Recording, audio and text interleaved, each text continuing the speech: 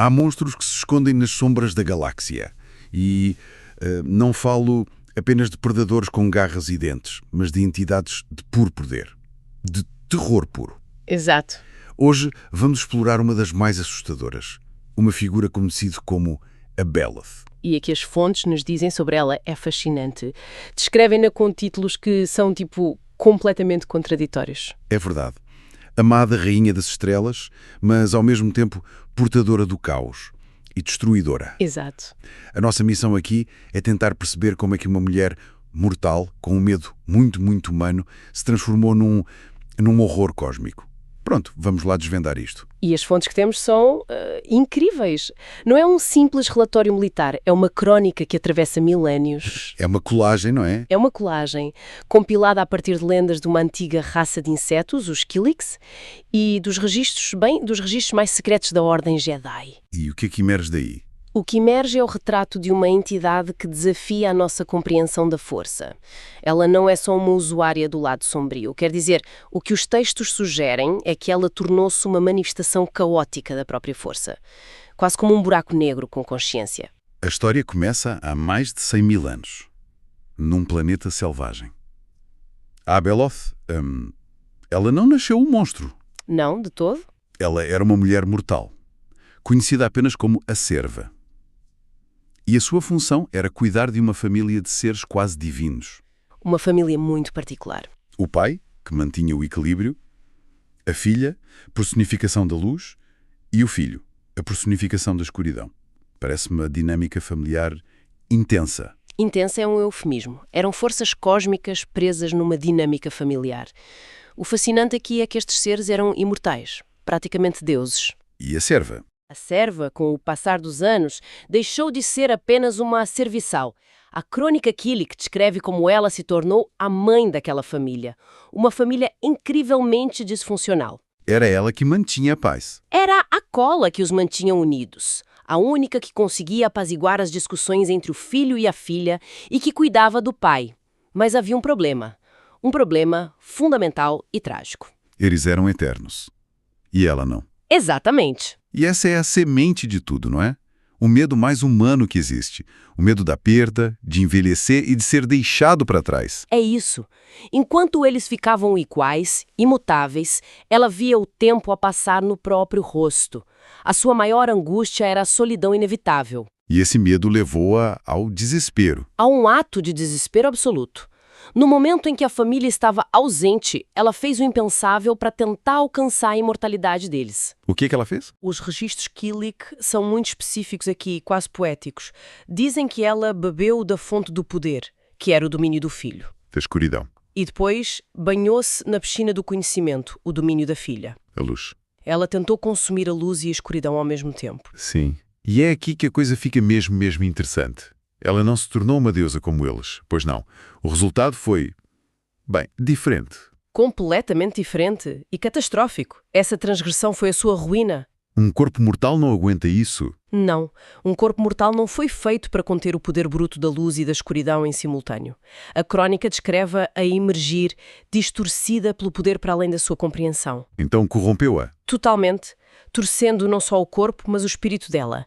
Transformou a mãe amorosa na entidade maligna e caótica que conhecemos como a Abeloth. Ela conseguiu imortalidade, sim. O ato desesperado para manter a família unida foi o que a transformou numa coisa que a família teve de abandonar. É a mais cruel das ironias. O pai, horrorizado com a monstruosidade em que ela se tinha transformado, fez exatamente o que ela mais temia. Pegou nos filhos e foi-se embora. E abandonou-a.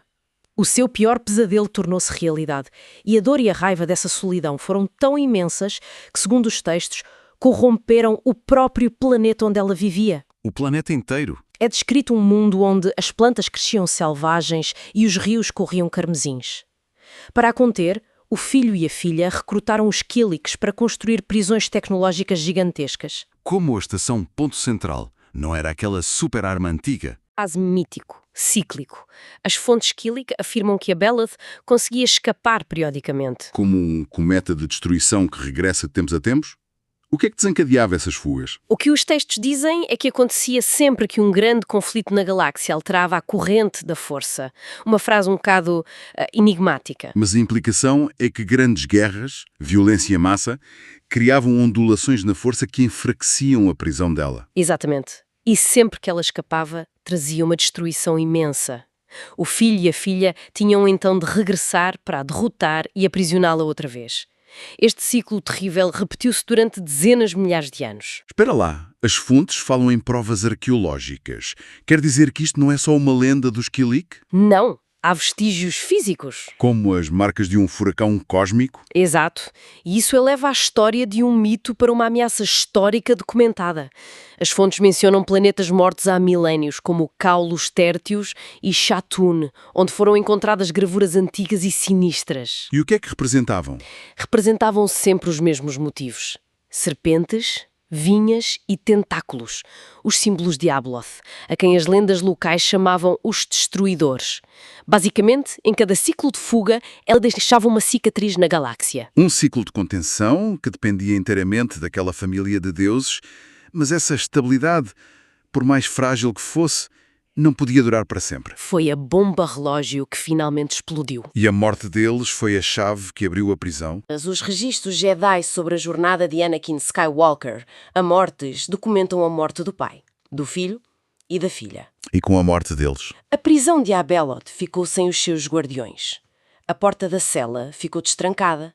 Décadas mais tarde, em 40 depois da Batalha de Yavin, 2 eventos aconteceram quase ao mesmo tempo. A queda de Jacen Solo, para o lado sombrio, Que criou uma perturbação massiva na força, e a destruição da estação Ponte Central, a própria fechadura da prisão dela. e isso libertou-a. Definitivamente. E uma vez livre, depois de milénios, imagino que a sua vingança tenha sido imediata, violenta. E aqui é que a sua estratégia se revela notável e francamente aterradora. Ela não se limitou a um ataque frontal ou a uma fúria cega. Não. O seu poder mais perigoso, segundo os relatórios Jedi, era a capacidade de possuir múltiplos corpos em simultâneo, dividindo a sua essência entre eles. Então ela não queria só destruir. Ela queria infiltrar-se, corromper e controlar a galáxia a partir de dentro. Isso é o que me parece mais incrível. Como é que uma entidade de caos primordial, uma força da natureza, consegue jogar o jogo político tão bem? E isso aqui é genial e aterrorizador na estratégia dela. A galáxia procurava um monstro com tentáculos, mas o verdadeiro monstro estava a assinar leis e a comandar frotas. É uma lição de como o caos pode vestir um fato e sentar-se no poder. Completamente. Os exemplos são impressionantes. Ela possuiu uma antiga amante de Luke Skywalker, uma mulher chamada Akona, para se aproximar dele, manipulou uma tribo inteira de Sith. Mas o plano mais ousado foi a infiltração política, certo? Sem dúvida. Ela possuiu a senadora Hokari Kem e, através de manobras políticas brilhantes, foi eleita chefe de Estado da Aliança Galáctica. Chefe de Estado. O ser mais caótico da galáxia a controlar o governo que representa a ordem. E, para piorar, ao mesmo tempo, num outro corpo, o da Imperial Lydia Pagoski, ela manipulava as altas esferas do remanescente imperial. O que é que isto quer dizer? Que o inimigo não estava às portas, estava no Palácio Presidencial e no alto comando militar, a governar os dois lados. Ela estava a jogar xadrez consigo mesma, usando a galáxia como tabuleiro. Isso torna muito mais assustadora que um vilão como Palpatine. Sim, porque ele queria controlo, queria a sua ordem. A Baloth parecia querer algo mais fundamental, alimentar o caos. Ao controlar os dois lados, ela estava a orquestrar o conflito, a garantir que o medo e a dor, as emoções de que se alimentavam, nunca terminassem. E mesmo com todo este poder, no fundo, o objetivo dela não era político. As fontes são claras nisto. Ela continuava a ser a mãe abandonada. Essa era a sua motivação central, a sua ferida original. O grande plano dela era recriar a sua família. E para isso, raptou o filho do Luke, Ben Skywalker. E uma jovem Sith, Vestara Akai. A intenção dela era forçá-los a tornarem-se o seu novo filho e filha. E claro, eles recusaram. Imagino que a reação de uma mãe cósmica rejeitada pela segunda vez não tenha sido boa. A recusa deles desencadeou a sua fúria total. E aqui vemos a sua natureza mais primordial. Ela alimenta-se do medo, do terror. E para se fortalecer, ela fez o impensável. Provocou terremotos e vulcões em Coruscant, a capital galáctica, um planeta com trilhões de habitantes. Segundo as fontes, causou a morte de milhares de milhões de pessoas. O que levanta uma questão, não é? Como é que se derrota um ser que se torna literalmente mais forte com o sofrimento que se inflige para o tentar parar? É um ciclo de feedback horrível. Lutar contra ela é alimentá-la. Então, como é que a conseguiram derrotar? Teria de ser algo não convencional. Lembro-me da primeira vez que li sobre a batalha final. A escala é absurda. Não é uma luta de sabres de luz, é uma guerra travada na política, no mundo físico e na própria alma da galáxia. Um esforço sem precedentes. Vindo de todas as frentes. Luke Skywalker teve de lutar contra a essência dela no plano astral, numa dimensão da força que as fontes chamam de além das sombras. Um campo de batalha puramente mental. E não estava sozinho, pois não? Houve uma aliança muito, muito improvável. Uma das mais improváveis de sempre. Ajudando Luke nesse plano mental estava o espírito de Darth Krayt, um antigo e poderoso Lord Sith. Jedi e Sith contra um inimigo comum. E enquanto esta batalha espiritual acontecia no plano físico, os vários corpos dela, os seus avatares, eram combatidos em locais diferentes por uma aliança de Jedi e, sim, de Sith. Que loucura. E ainda há mais, a consciência dela tinha-se infiltrado no núcleo do computador do Templo Jedi. E uma mestra Jedi teve de lutar contra ela no ciberespaço. Foi uma guerra em múltiplas dimensões, literalmente. Tiveram de atacar em todos os planos da existência ao mesmo tempo. Precisamente, era a única forma. Tinham de a sobrecarregar. No final, a sua essência da força esgotou-se por lutar em tantas frentes e o seu avatar principal foi destruído. Mas Contudo, as fontes terminam com uma nota sombria, profundamente inquietante. o Luke e o Conselho Jedi, eles estavam convencidos de que ela não tinha sido morta permanentemente. Exato. A crença deles era que tinham apenas destruído as manifestações físicas dela e dispersado a sua consciência. Mas que ela ia recuperar e voltar um dia. Sim, embora talvez não durante as suas vidas. O plano final de Luke, registrado nos arquivos Jedi, era procurar o reino de Mortis, o lar da família original. Para encontrar a Adaga de Mortis. A única arma que supostamente seria capaz de a destruir para sempre. Mas não há registro de que ela tenha encontrado. E assim termina a nossa análise de Abeloth. Uma jornada que nos levou de uma mulher mortal com um medo muito humano, o medo de ficar sozinha, a um horror cósmico que quase destruiu a galáxia a partir do seu mais alto cargo político. É uma transformação impressionante. Se ligarmos isto ao quadro geral, a história de Abeloth serve como um conto de advertência extremo sobre o apego, o medo da perda e a busca desesperada de poder para evitar o inevitável. É prova de que, mesmo as motivações mais compreensíveis, Exatamente. Não querer ficar só, não querer perder a família. Quando combinadas com o poder para além da compreensão, podem gerar uma monstruosidade absoluta. A sua história é uma tragédia em escala cósmica. fica uma última ideia para reflexão. As lendas que li que dizem que Abeloth escapava sempre que o fluxo do tempo mudava devido a grandes conflitos na galáxia. Tendo em conta o estado de guerra quase perpétuo naquela galáxia, com o Império, a Nova República, a Primeira Ordem, será que o seu regresso não é apenas uma possibilidade, mas uma inevitabilidade? Essa é a questão assustadora que fica no ar, não é?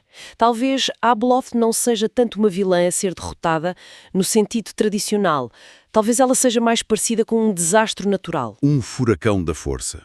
Um furacão da força, gerado pelo próprio conflito da galáxia. Uma força que só pode ser enfrentada, resistida e contida, mas nunca verdadeiramente erradicada. Enquanto houver guerra e medo, talvez haja sempre uma porta aberta para ela regressar.